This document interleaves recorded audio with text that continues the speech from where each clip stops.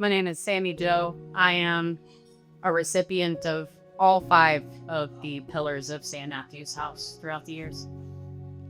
I was thinking about it on the drive over here, and today marks 12 years since I first tried to get clean. Um, Not when I say clean, just the first time I tried, which is the important part of the story. I grew up in a household where alcohol drinking is very prevalent. I'm from Wisconsin. Cracking beer with breakfast is a totally normal thing. And I never really thought much of it. It was just the way that life was. Dad went to the bar after work. He came home a little happier, and it was just kind of how we went about our lives. And I started partying with friends when I was really young. I was 11 years old when I took my first drink.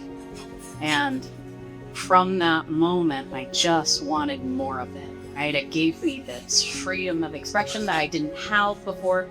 I didn't have confidence. I was bullied in school. All of the for me, pay me things, and alcohol shut that off. It didn't matter. Fast forward to my teenage years, it quickly escalated into whatever somebody was handing out in the hallway of school, whatever I could get my hands on. Whatever somebody was doing for free, I wanted some of it. If I wanted more of it, I wanted all of it. Just couldn't get enough. By the time I was 16 years old, I was sitting in a jail cell in Racine, Wisconsin, facing a prison sentence of 5 years. They wanted to send me to Southern Oaks Women's Penitentiary in the state of Wisconsin for 5 years because my mother filed a petition with the courts to put me on probation because I was out of control. And I will never forget sitting in front of that judge when he said, I get letters like this all the time, but I had never seen anything so thorough. I have no choice but to adhere to mom's request. That was when bees were introduced to me. But back then they were called something different. It was AODA, it was an alcohol and other drug association, something like that. And I remember meeting this woman, would take the city bus to these meetings, and she was just the most humble and the most kind and the most patient woman I had ever met. Just wanted some of what she had. But the problem was, at this point, I had already had the hook in my mouth, and I didn't know how to get it out. I ended up relocating to Florida when I was 17.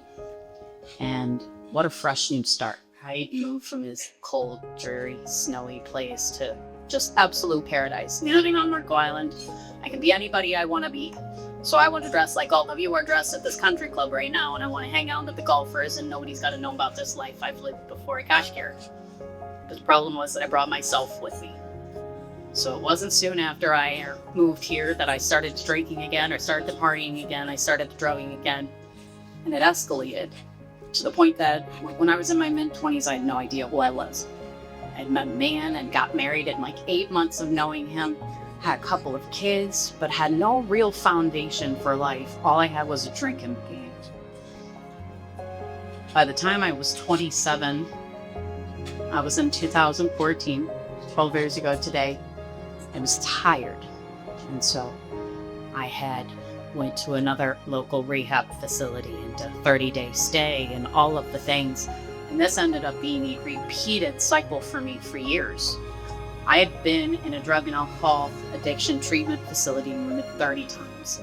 Been in a crisis unit over 5 times and trying to attempt to take my own life. Obviously failing. Here I am. And then here comes St. Matthew's house. So the first time I came to St. Matthew's house was when the women's shelter was still housed down on Airport Road in the main shelter.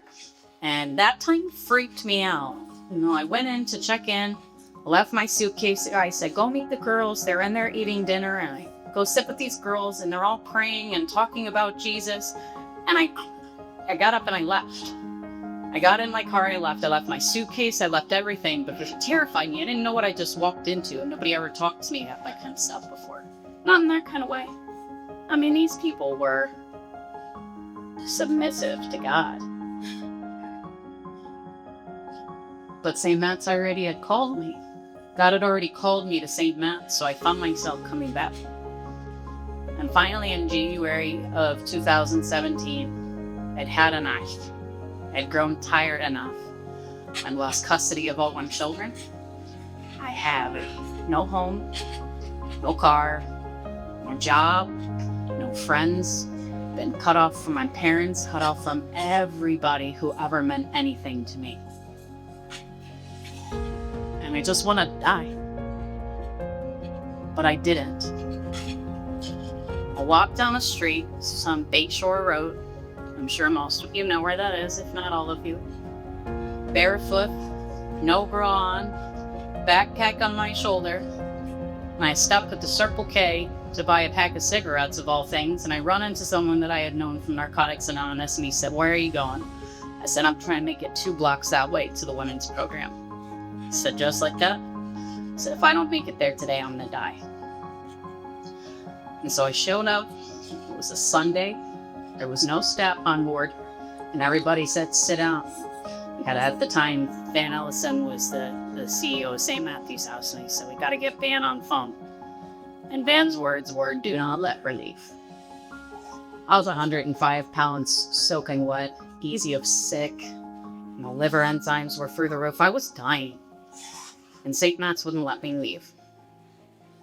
In the middle of being in the program, I had went through a really tremendous heartbreak. The father of my youngest daughter had passed away, and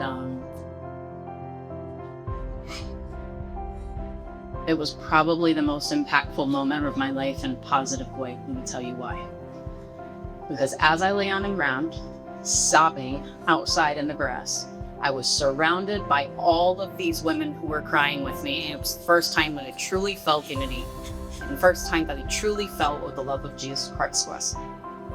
It was true togetherness with other people who were there for me with no benefit to themselves, just to be there for me and with me. Out of all of the different rehabs and recovery programs that I tried, what makes St. Matthew's House different is the opportunity to be free. I didn't have to be who I was. I got to heal from things that I went through. I got to talk about them in depth in a place that was confidential. I have relationships with women in my life now who know more about me, I think, than I even know about myself, and I've never heard it anywhere else. That's really something special. St. Matt's gave me an opportunity to hone in on my talents, to figure out what I'm good at. Turns out I'm really good at being a hard worker, and I'm really, really damn good at being a mom.